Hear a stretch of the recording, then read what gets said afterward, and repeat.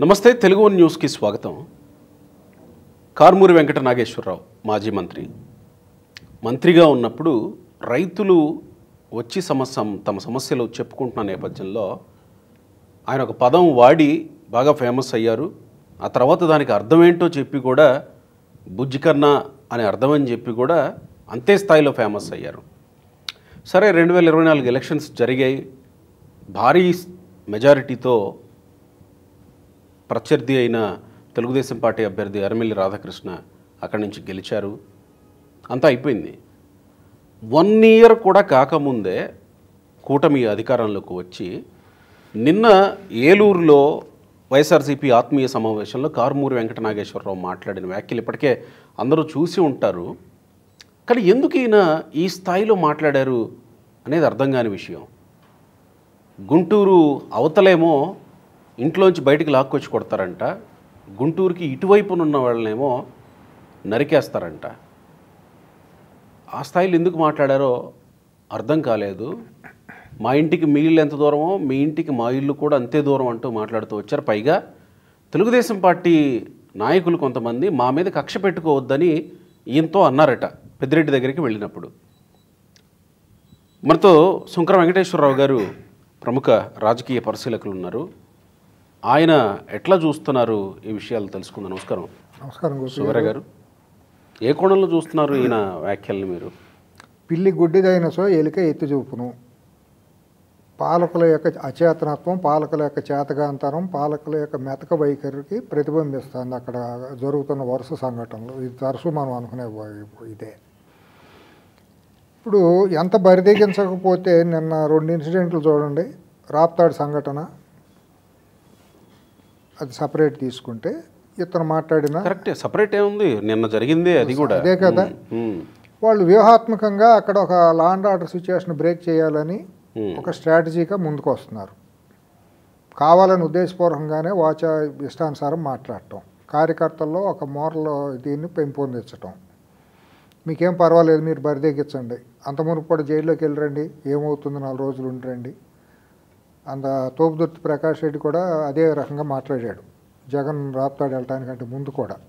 మీరు సోషల్ మీడియాలో చూసి ఉంటే వీళ్ళందరూ ఏంటంటే మాకు ఏం మాట్లాడినా బరిదెగిచ్చి ప్రవర్తించండి, మనకేం పర్వాలేదు, కోర్టులోకి వెళ్ళినా కూడా ఆ రకంగానే ముందస్తు బెయిల్ రావటం ఇవన్నీ జరుగుతుంది. మరి ఇదంతా ప్రభుత్వం యొక్క చేతకాంతనం, పాలకుల యొక్క చేతకాంతనంగానే మనం అనుకున్న పరిస్థితి వస్తుంది. అంటే వల్లభనేని వంశీ లేదా పోసాని కృష్ణమురళి, నందిగం సురేష్ ఏమైందని అంటే ఎవరైతే అక్రమం లేకపోతే అవినీతో లేకపోతే సమాజంలో చేయకూడని పనులు ఏమన్నా చేస్తే వాళ్ళు అరెస్టులు చూపిస్తున్నారు కదా. ఇక మీకు పిల్లి గుడ్డిదిగా ఎందుకు కనపడుతుంది? పెద్దిరెడ్డి మీద ఎందుకు అరెస్టులు చేయలేదు? పెద్దిరెడ్డి చేసిన అక్రమాల గురించి మరి ఎందుకు ఆగిపోయింది? విచారణ కొనసాగుతుంది కదా. ఎప్పుడు ఎంతవరకు సాగుతుంది? జీడీ బంకలాగా మిథున్ రెడ్డికి బెయిల్ ఎట్టా వచ్చింది, యాంటిసిపేటరీ బెయిల్ ఎట్టా వచ్చింది, మిథున్ రెడ్డి ఎట్టా సేఫ్లో ఉన్నాడు. వాళ్ళందరూ మిథున్ రెడ్డికి తెలుగుదేశం పార్టీల అగ్రనాయకత్వానికి అనుసంధానకర్తలుగా కొంతమంది తయారయ్యారని బయట జనబాహుళ్యంలో అనుకుంటున్నారు. మరి ఏమైపోతుంది? వీళ్ళందరూ సజ్జల రామకృష్ణారెడ్డి మీద కేసు ఎంతవరకు ముందుకెళ్ళలేదు. చెవిరెడ్డి భాస్కర్ రెడ్డి కొడుకు 41 నోటీస్ ఇచ్చి ఇంటి దగ్గర తీసుకెళ్లి సెక్యూరిటీ దింపొచ్చారు. ఇవన్నీ ప్రజలు గుర్తించట్లేదా? అంటే దానికి ఒక వ్యక్తి ఇలా మాట్లాడడానికి సంబంధం ఉంటుందంటారా? మీ సంవత్సరం అయినా కూడా పలు అవినీతి ఆరోపణలు ఉన్నటువంటి వాళ్ళ శాఖల్లో చేసిన అవినీతి మీద ఇంతవరకు చర్యలు ఎందుకు మొదలెట్టలేదు? ఇప్పుడు ఈ మాట్లాడినాడు చేసినప్పుడు తణుకులో అక్కడ ఇది ఉంది, కుంభకోణం ఒకటి, టీడీఆర్ కుంభకోణం, దరిదాపు 700 కోట్ల రూపాయల అవినీతి జరిగినట్టుంది. 3 అధికారులని సస్పెండ్ చేశారు. ఇప్పటివరకు గవర్నర్ అనుమతి తీసుకుని ఇటువంటి వాడి మీద ఎందుకని విచారణ మొదలు పెట్టలేదు అవినీతి శాఖ? అంతటితో ఎందుకు ఆగిపోయింది? సిఐడి ఎంక్వైరీ చేసామని ఎంతవరకు ఎందుకు ఆగిపోయింది? ఏంటి బరిదెగింపు? ఇప్పుడు నిజంగానే వాడు మాట్లాడాడు, వాడనే నేను మాట్లాడతా, ఏం పీక్కుంటాడో పీక్కోమానండి. ఇప్పుడు మొలతాడు కట్టిన మొగాడు తెలుగుదేశం పార్టీలో లేకపోయి ఉండొచ్చు, కానీ నేను మొలతాడు కట్టిన మొగాడు, నేను క్షత్రియం కలిగిన క్షాత్రం కలిగిన కృష్ణా జిల్లాలో పుట్టినాడు. నేను ఇదే మాట్లాడతా వాడితో. వాడు తామలపాకుతుంటే నేను తాటిమట్టతో 4 అంటాను. ఏం తమాషాలు పీకు చేస్తున్నాడా? ఏం పీకుడుగాడా వాడేమన్నా? ఇళ్లలోంచి లాక్కొచ్చి కొడతాడా? రమ్మని నా కొడుకు వచ్చి కొడతాడో చూసుకుందాం. ఇళ్లలోంచి లాక్కొచ్చి నరుకుతారా? ఏ నా కొడుకు వచ్చి నరుకుతాడు, రమ్మనని చూద్దాం. తమాషాలు చేస్తున్నారు వీళ్ళని, ఒక్కొక్క నా కొడుకు. వీళ్ళంతా వీళ్ళ బతికెంత? ఇదేమన్నా పెద్ద ఎమ్మెల్యే, ఒక మంత్రి అయిపోయి, మాజీ మంత్రి అయిపోయి వీడికి ఏమన్నా 2 కొమ్ములు వచ్చినాయా? వాడి మీద యాక్షన్ తీసుకోవద్దా ప్రభుత్వం? అట్లా అచ్చోసినాంబోతులాగా వదిలేస్తారా? ఏమనుకుంటున్నారు ప్రభుత్వం?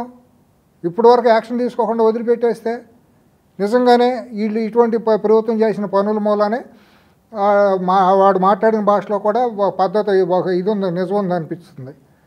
నిజమైన తెలుగుదేశం పార్టీ నాయకులు కూడా ఈ మెతక వైఖరి, ప్రభుత్వం యొక్క మెతక వైఖరి మూలాన మనకెందుకులే గొడవ, మనం రెచ్చిపోయి మాట్లాడితే రేపు పొద్దున మన బతుకేమవుతుందో, రేపు మళ్ళీ జనసేన కనుక వైసీపీ కనుక మళ్ళీ అధికారంలోకి వస్తే మళ్ళీ చంద్రలాగా మన బతుకులు ఏమైపోతాయని సామాన్యంగా ఉంటారు గోపి గారు, గ్రామాల్లో ఉండేవాళ్ళు. అంటే ఇది స్ట్రాటజీలో భాగంగా ఆయన అన్నటువంటి మాట అనుకోవాలా, లేకపోతే బరిదెగింపు నిజంగానే తెలుగుదేశం పార్టీ వాళ్ళు రేపు మీరు అధికారంలోకి వచ్చిన తర్వాత మా మీద కక్ష పెట్టుకోకండి అని అన్నారని? ఆ మాట ఉన్నమాట వాస్తవం, మనం నిజాలు ఒప్పు తీరాలి.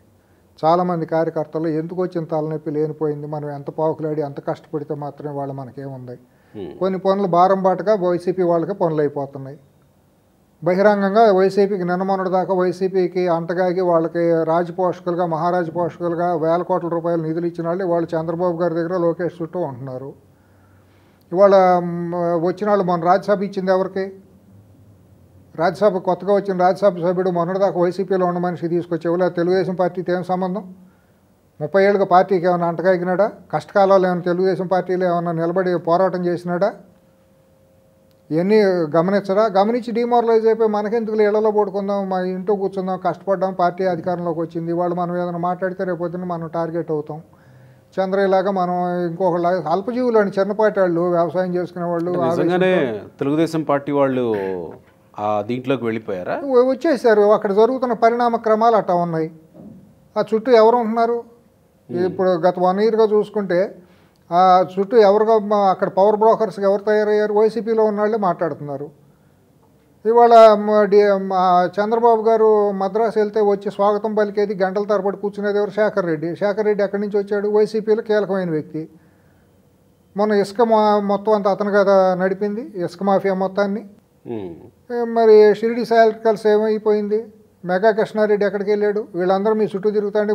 సామాన్య కార్యకర్తలు, సామాన్య నాయకులు డిమారలైజ్ అయిపోక భయపడిపోయి, మన సొంత పార్టీ అంటేనే భయపడిపోయే పరిస్థితి వచ్చేసిందంటే, శత్రువు మీద బలంగా పోరాడిన వాళ్ళు ఇవాళ సొంత పార్టీ అంటే భయపడిపోయి మనకెందుకులో ఇళ్లలో కూర్చుందామని బిక్కుబిక్కుమనే పరిస్థితి వచ్చిన మాట వాస్తవమా కాదా? దీన్ని బట్టే కదా ఇటువంటాడు అందరూ నరుకుతాం, ఇళ్లలోంచి లాగుతామని మాట్లాడేది. రమ్మనండి, ఏ నా కొడుకు వచ్చి నరుకుతాడో, ఏ నా కొడుకులు వచ్చి ఇళ్లలోంచి లాగుతాడో చూసుకుందాం. అంటే కాదండి, వీళ్ళంత మొలతాడు కట్టి మొగాడు అప్పుడు మాట్లాడినాడు ఏమన్నా? వాడికి బాడీ ఉండొచ్చు 200 కేజీలు. రమ్మనండి, ఆడి తణుకెళ్ళి మాట్లాడతాను, తణుకెళ్ళి నడి బజార్లో నిలబడి మాట్లాడతారు. రమ్మనండి, ఆడి మొగాడైతే, ఆడి కలేజీ ఉంటే రమ్మనండి చూసుకుందాం. తమాషాలు చేస్తున్నాడు ఒక్కొక్కడు. ఆ స్థాయికి ఎందుకు వెళ్ళిపోయినట్టు? బరిదెగింపు, చేతకాంతాను, ప్రభుత్వం చేతకాంతాను, అసమర్థత. కోర్టుల్లో కనీసం నిలబడి పోరాటం చేయలేని లాయర్లను వెన్నెముక లేని లాయర్లను పెడుతున్నారు. ఎట్ట బెయిల్స్ వస్తాయండి? ఎట్ట యాంటిసిపేట్ బెయిల్స్ వస్తాయండి? పోలీసులను బట్టలొప్పు తీసి మాట నిలబెడతామనంటే అంత మునుపు రేసు కుక్కలాగా పడిపోయారు కదా తెలుగుదేశంలో. అది ప్రతిపక్షంలో ఉన్నప్పుడు కొంతమంది పోలీసు అధికారులు ఏం మాట్లాడి మీదకి వచ్చి మాట్లాడి ప్రెస్ మీట్లు పెట్టి మీసాల మీద వేసి తొడగొట్టాడు గోరంట్ల మాధవ్ అనేవాడు ఎలక్షన్ బిఫోర్. వాడు ఆ తొడగొడితేనే వాడికి ఎంపీ సీట్ ఇచ్చింది. అవును, సీఏగా ఉన్నప్పుడు. జగన్మోహన్ రెడ్డిని ఆయన ఒక మాట అన్నాడని పార్టీ కార్యాలయాన్ని తగలబెట్టేశారు కదా. అవును, మరి ఇప్పుడు ఇలాంటి వ్యాఖ్యలు చేయటం ఎట్లా సమర్థించుకుంటారు వాళ్ళు? అంటే బీపీ వచ్చిందని చెప్పారు. కాదండి, ఇప్పుడు ఉప్పు కారం తినే మొగతానం ఉండే మొగాళ్ళం కాబట్టి నా బోటి వాళ్ళకి అందరికీ బ్లడ్ బాయిల్ అవుతుంది అని 1 లక్షల మందికి ఈ మాట్లాడినప్పుడు తెలుగుదేశం పార్టీ నాయకులకి సేవ తెచ్చి ఉండొచ్చు, మొలతాడు గట్టిన మొగాళ్ళు ఉండకపోవచ్చు. లేకపోతే నిన్న మొన్నటి దాకా ఆ ఊ అని బయట మాట్లాడిన వాళ్ళు వాళ్ళ పదవులు వచ్చినాయి కాబట్టి ఎవరికాడి సేదతీరుతూ ఉండొచ్చు, బొలుపుగారులో కూర్చుని పైరువీళ్ళలో మునిగిపోతూ ఉండొచ్చు. మొన్నటిదాకా అరిశారు కదా, ఇవాళ అరిసిన అరుపులన్నీ ఏమైపోతున్నాయి? ఎక్కడ రిలాక్స్ అయిపోతున్నారు వీళ్ళందరూ? ఇవాళ పోరాటం చేయాల్సిన అవసరం లేదా శత్రువు మీద? మీరు అధికారంలో ఉంటే అన్నీ అయిపోయినట్టేనా? సామాన్య కార్యకర్తల గురించి పట్టించుకునేవాడు ఎవడు? వాళ్ళకి మనోధైర్యం కలగజేస్తుంది ఎవరు? పోలీసులను బట్టలోపు తీసి మాట్లాడతాం చేస్తామంటే పాపం ఒక ఎస్ఐను ఒక మహిళా పోలీస్ అధికారులు వచ్చి మాట్లాడారే, తెలుగుదేశం పార్టీ నుంచి నోళ్ళు ఎందుకు పడిపోయినాయి? పక్షపాతం వచ్చిందా తెలుగుదేశం పార్టీ అధికార ప్రతినిధులుగా ఉండే వాళ్ళకి? నాయకులకి మొలతాళ్ళు ఏమైనా లేకుండా పోయినాయా? ముండమోసారు ఈ నాయకులందరూ. కడుపు మండుతుందండి. వాళ్ళ బాధ్యత, వాళ్ళు తీసుకోవాల్సిన బాధ్యత వాళ్ళు విస్మరిస్తున్నారు. అంటే ప్రభుత్వంలో ఉన్నారు కాబట్టి కొంచెం ఈ స్థాయిలో రెచ్చిపోయి మాట్లాడకుండా కొంచెం ఆచితూచి. ఏంటి ఆచితూచి మాట్లాడేది? బాధ్యతగా మాట్లాడుతున్నారు. బాధ్యత పైరువేలు చేస్తా మాట్లాడాలనుకుంటున్నారు. మాట్లాడవచ్చు కదా, పోనీ ఆ బాధ్యతతో మాట్లాడేదే మాట్లాడవచ్చు కదా. నోట్లో ఏం పెట్టుకున్నారు, లేవు నోళ్ళు పడిపోయినాయి, ఎందుకు మాట్లాడలేదు? 24 గంటలు అయితే ఎవడరా మాట్లాడేదని ఒక్కడ మాట్లాడలేకపోయాడే? ఒక మంత్రి ఎందుకు మాట్లాడలేడు? ఒక ఎమ్మెల్యే ఎందుకు మాట్లాడలేకపోతున్నాడు? కార్పొరేషన్ చైర్మన్లుగా అయిన వాళ్ళు ఎందుకు మాట్లాడలేకపోతున్నారు? నాకు మీకు ఏం పట్టిందో అసలు అవసరం ఏముంది మనకు మాట్లాడాల్సిన అవసరం? చెబుతున్నా, కాదండి, హైదరాబాద్లో కూర్చుని నేను ఇవాళ ఇంతగా స్పందించాల్సిన అవసరం లేదు. కాకపోతే నేను అక్కడ పుట్టి పెరిగాను, నా వ్యక్తిత్వానికి నా ఆత్మగౌరవానికి సంబంధించింది కాబట్టి నేను స్పందించి మాట్లాడాల్సి వస్తుంది. కృష్ణా జిల్లాలో పుట్టాను, ఆంధ్రుడిగా పుట్టాను కాబట్టి ప్రతి ఒక్క అర్భకుడు ఇదైపోతున్నాడు, రెచ్చిపోతున్నాడు కాబట్టి నేను స్పందించాల్సి వస్తుంది. అంటే ఇలాంటి వ్యాఖ్యల మీద సుమోటోగా తీసుకోవాలా, లేకపోతే ఇంకెవరన్నా వచ్చి కేసులు పెట్టేంత అవసరం ఏముందండి? సుమోటోగా తీసుకోవచ్చు. ఎన్ని తీసుకోలేదు? గత ప్రభుత్వం వాళ్ళు తీసుకోలేదు సుమోటోగా. ఏముంది? ఏం నడుస్తుంది ప్రభుత్వం? ఎక్కడ నడుస్తుంది? ఓన్లీ శాంతి సూక్తులు మాట్లాడితే సరిపోయిందా? మీరు ఉప్పు కారం తగ్గించండి, నూనె తగ్గించండి అని చెప్తే సరిపోయిందా ప్రజల్లోకి? ముఖ్యమంత్రిగా ఆయన మాట్లాడారు కదా, నేను ముఖ్యమంత్రి ఇదే సూక్తులు చెప్తే మంచిదే, పెద్ద ఆయనగా మీరు రాష్ట్రానికి పెద్దగా మీరు మంచి చెప్పండి, పర్వాలేదు. కానీ ఇటువంటి చీడ పురుగులు కూడా ఏరాల్సిన బాధ్యత మీ మీద ఉందా లేదా? మీ అధికారులకి ఫ్రీ హ్యాండ్ ఇచ్చి మీరు ఇటువంటి వాళ్ళందరినీ కలుపు మొక్కలను ఏరేయండి చట్టపరంగా అని చెప్పాల్సిన అవసరం ఉందా లేదా? పార్టీ కేడర్ అంతా కూడా యాక్టివ్ అయిపోయి ఎక్కడికక్కడ ఇటువంటి కలుపు మొక్కల మీద చేయాల్సిన అవసరం ఉందా లేదా? ఏటి వెళ్తాయింది అసలు? పార్టీని ఏ రకంగా మోరలైజ్ నిలబెట్టగలుగుతుంది? ఇవాళ అధికారంలోకి వచ్చిన వాళ్ళు డిమోరలైజ్ అయిపోతున్నారు రోజు రోజు పార్టీ కేడర్ అందరూ. ఎటువంటి వాళ్ళు మీరు అక్కడ లాయర్లుగా పెట్టుకున్నారు? ఎట్లా బెయిల్ వస్తాయి? ఎట్లా యాంటిసిపేటరీ బెయిల్ వస్తాయి? ఎట్లా తప్పించుకుపోగలుగుతున్నారు? ఇది కొల్యూషన్ కాదా? ఇది లాలూచీలు కాదా? సామాన్యులు అనుకోరా లాలూచీలని? ఒకరికొక న్యాయం ఇంకొకరికి ఒక న్యాయమా? అందరిని ఎందుకు అరెస్ట్ చేయలేకపోతున్నారు మీరు? రాయాలంటే మీకు ఇచ్చాపురం నుంచి తడ వరకు హిందూపురం వరకు రాయాలంటే కథలు రాయవచ్చు. ఎంతమంది తప్పించుకుపోతున్నారు, ఎంతమందికి పనులు అవుతున్నాయి వైసీపీ వాళ్ళకి? ఇవాళ కూడా కొన్ని దీంట్లో ఇవాళ కూడా అసలు వైసీపీ నీడ ఉంది, కానీ ఇంతవరకు తెలుగుదేశం పార్టీ అయితే కూటమి ఇది అనేది ముద్ర కనిపించలేకపోతుంది. ఎమ్మెల్యేలు అందరూ ఎవడగా లోపాయికారి ఒప్పందాలు వాడు చేసుకుంటున్నాడు. ఎందుకంటే వన్ టైం పాస్వర్డ్ లాగా ఉండదు చాలామంది పొలిటీషియన్ లాగా. ఇవాళ గెలిచా నెక్స్ట్ గెలవలేమో, మనకెందుకు అవతలాడితో కొల్లుడైపోదాం, వాడు మనం ఏకమైపోయి దోసుకుందాం ప్రజలది, లేకపోతే రాష్ట్రం సొమ్ము. రాష్ట్రం ఎట్టపోతే వాళ్ళకేంటి, జాతి ఎట్టపోతే వాళ్ళకేంటి? ఇటు అయిపోయింది, కుక్కలు జిమ్మినిస్తారు అయిపోతుంది రాష్ట్రం. దీన్ని సరిదిద్దాల్సింది ఎవరు? ఇతని మీద చర్యలు ఎప్పుడు తీసుకుంటారో మరి చంద్రబాబు గారికి లోకేష్ గారికి తెలియాలి. లేకపోతే వాళ్ళకి అటువంటి వాళ్ళని పిలిచి రేపు పొద్దున చక్కగా ఇది చేసినా మర్యాదలు చేసినా చేస్తారు వీళ్ళు. అట్టా ఉంది పరిస్థితి. ఇవాళ పెద్దిరెడ్డి మీద నువ్వు ఎందుకు యాక్షన్ తీసుకోలేదు? మిథున్ రెడ్డి మీద ఎందుకు తీసుకోలేదు? ఇటువంటి కొన్ని వందలు ఉన్నాయి అక్కడ. ఇవాళ ఇతని మీద నువ్వు టీడీఆర్ బాండ్ల మీద 700 కోట్ల రూపాయల స్కాములు ఇంతవరకు నువ్వు 17A దాని మీద గవర్నర్ అనుమతి తీసుకుని మీరు ఎందుకు మొదలు పెట్టలేదు? ఇనిషియేషన్ చేయాలి కదా. రోజా చేసిన స్పోర్ట్స్ కుంభకోణం, విడుదల రజనీ ఉంది, ఇట్లా అందరూ ఎందుకు నడుస్తున్నాయి దర్యాప్తులు? ఆ మాట కృష్ణా జిల్లాకు అవతల ఉన్న వాళ్ళేమో లాక్కొచ్చి కొడతామన్నారు. ఏనా కొడుకు వస్తాడు రమ్మని నరుగుతామన్నారు. అవతల ఉండాలి గుంటూరు జిల్లా నుంచి అవతల ఉండాలని నరుగుతారంట. యువతలు ఉండాలి రాయలసీమ వాళ్ళు నరుగుతారంట. వీళ్ళు ఇళ్ళలోంచి లాక్కొచ్చి కొడతా. అంత మొలతాడు కట్టిన నా కొడుకు ఎవడో రమ్మని నరికే నా కొడుకుని, లాక్కొచ్చి కొట్టే నా కొడుకుని రమ్మని చూసుకుందాం. తమాషాలు చేస్తున్నాడు ఓహో నా కొడుకు. రెచ్చిపోయి మాట్లాడుతున్నారు అచ్చోసిన ఆంబోతుల్లాగా. ప్రభుత్వం చేతకాంత. అంటే మేము అధికారంలోకి వస్తున్నాము, మేము రాసి పెట్టుకోమనండి. వచ్చినప్పుడు ఇవాళ నేను అన్నాను కదా, రమ్మనని చూసుకుందాం. ఆడు ఎప్పుడైనా సరే ఆడు జీవితకాలంలో రమ్మనని చూసుకుందాం. నరికే నా కొడుకుని, లాక్కొచ్చి కొట్టే నా కొడుకుని ఏమన్నా చూసుకుందాం. ఇది ప్రజాస్వామ్యమా లేకపోతే ఏమన్నా ఆటవిక రాజ్యమా? లేకపోతే వీళ్ళ అమ్మమ్మ కూడా సొమ్మ రాష్ట్రం అంటే, ఆంధ్రప్రదేశ్ రాష్ట్రం అంటే వీళ్ళ ప్రైవేట్ ఎస్టేటా, వీళ్ళ తాతలు జాగిరా, వీళ్ళు కొడితే కొట్టించుకోవడానికి, నరికితే నరికించుకోవడానికి, వీళ్ళంత పోటుగాళ్ళ. ఈ నా కొడుకులు మాట్లాడే నాకు ఒక్కొక్క నా కొడుకు మొండమోపి నా కొడుకు రోడ్డు మీదకి వస్తే పైసాకు పనికిరాడు, నెత్తి మీద రూపాయి పెడితే రూపాయి పైసాకు కొనుగోలు అమ్ముడుపోడు ఈ నా కొడుకు ఒక్కొక్క నా కొడుకు. ఏం తమాషాలు అనుకుంటున్నారా? నోరుకి అద్దు పొద్దు ఉండాలి మాట్లాడేదానికి.